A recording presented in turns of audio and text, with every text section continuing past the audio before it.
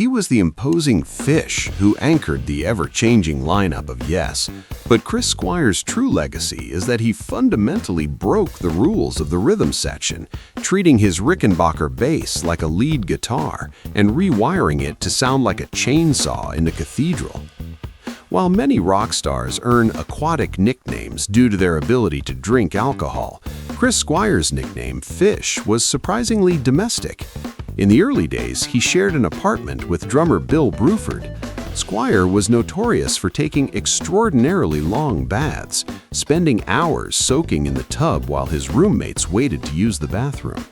Bruford started calling him Fish, and the name stuck so hard that Squire titled his legendary 1975 solo album Fish Out of Water. Squire's bass tone is one of the most distinct in music history, a metallic, grinding clank that cut through the mix. He achieved this by rewiring his 1964 Rickenbacker 4001 to output in stereo, a feature called Rico sound. He would send the bass signal to a standard bass amp for the low end and the treble signal to a lead guitar amplifier with fuzz distortion. This allowed him to be the rhythmic foundation and a melodic lead instrument simultaneously, influencing players like Geddy Lee of Rush and Steve Harris of Iron Maiden. The complex, multi-layered vocal harmonies of Yes, often called choral rock, weren't an accident. As a child, Squire was a choir boy in the prestigious choir at St. Paul's Cathedral in London. He was trained in church music, counterpoint, and harmony. He brought this classical discipline to rock music, arranging the backing vocals for Yes songs like I've Seen All Good People and Close to the Edge with the precision of a church conductor. In the early psychedelic era, Squire once made a mistake that became band legend.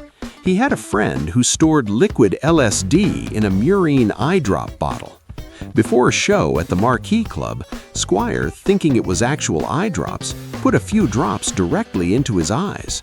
He played the entire concert while hallucinating wildly, later claiming that he could see the music notes floating in the air and that the neck of his bass felt like it was 20 feet long. Despite the chaos, the band said he played perfectly.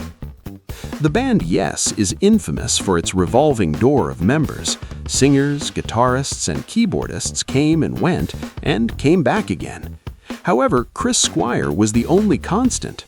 From the band's formation in 1968 until his death in 2015, he appeared on every single studio album. He legally owned the name Yes for a long time,